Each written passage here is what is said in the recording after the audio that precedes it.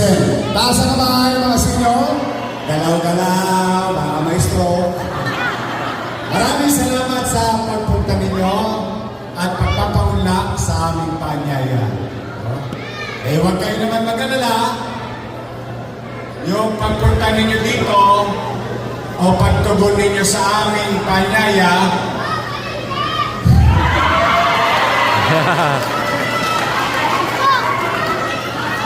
hindi namin kayo pauuwiin na puno-puno ng puot, konsume, at pagkasimamot ng muha.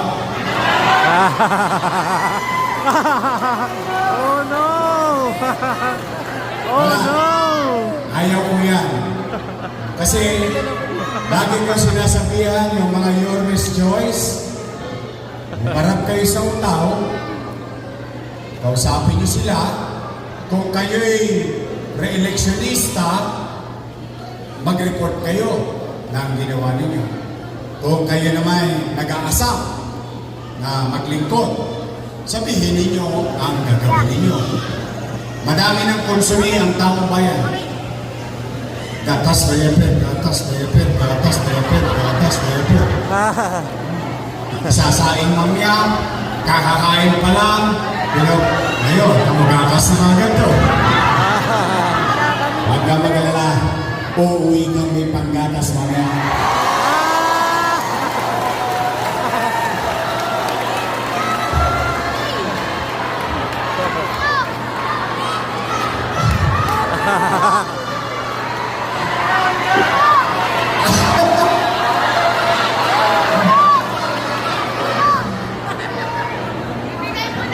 Sa dami ng problema ng tao ngayon, alam bilihin, kinakapos, pagod nga ang tao sa away ng mga politiko.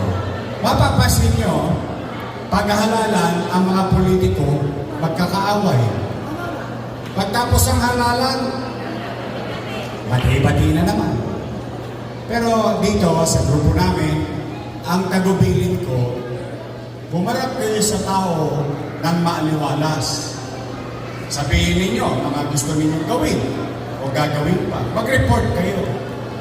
Then, hayaan mo ang taong bayan magdesisyon kung ikaw ba'y maitatala at maliligtas. O dili kaya ikay mapupunta sa taga-tagatang apoy na kumukulong na supi. But, then again, masaya kami nandito kayo. Maraming salamat sa pagpunta ninyo. Batang Maynila, kababayan ko, bakit ba kayo naghahanap ng iba may nakaupo naman?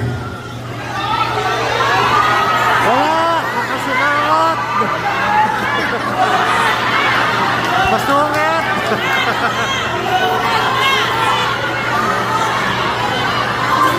Kasi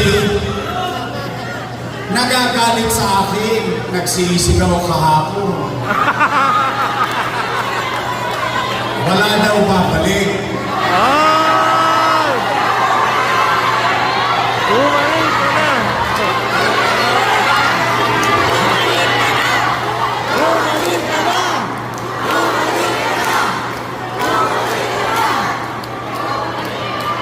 Eh, ayaw ko pabalikin eh.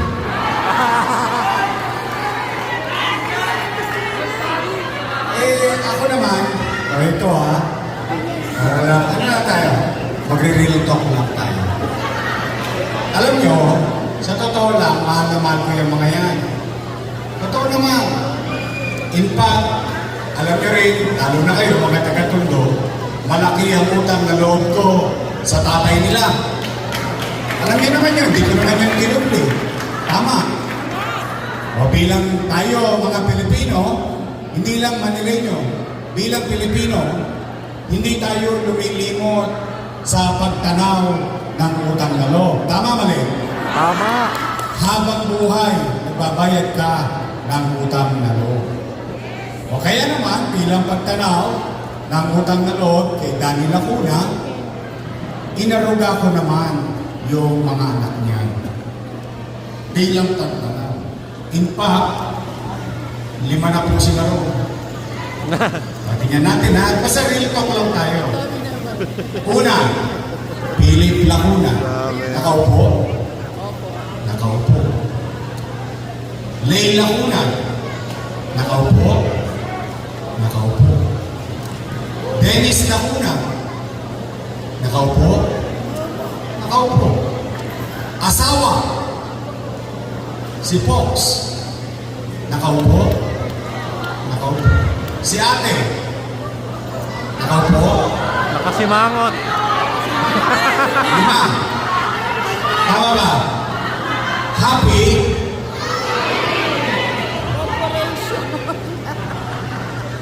Ngayon, pansinin niyo, kahit isang lumagoso, wala sa sitio. Real lang. Alam niyo kung bakit? Bilang pagtanaw ng utang na to, inuna ko muna yung mga anak niya. Yung mga anak ko, isinantabi ko. Ngayon, sinisingil pa rin nila ako ng utang na loob.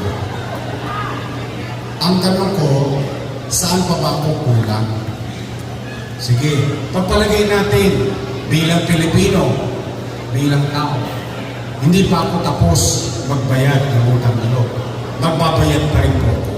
Pero ang pakiusap ko lang naman, pwede ba sa ibang bagay na ako tumanaw ng utang na loob sa kanila? Dahil may utang na loob din naman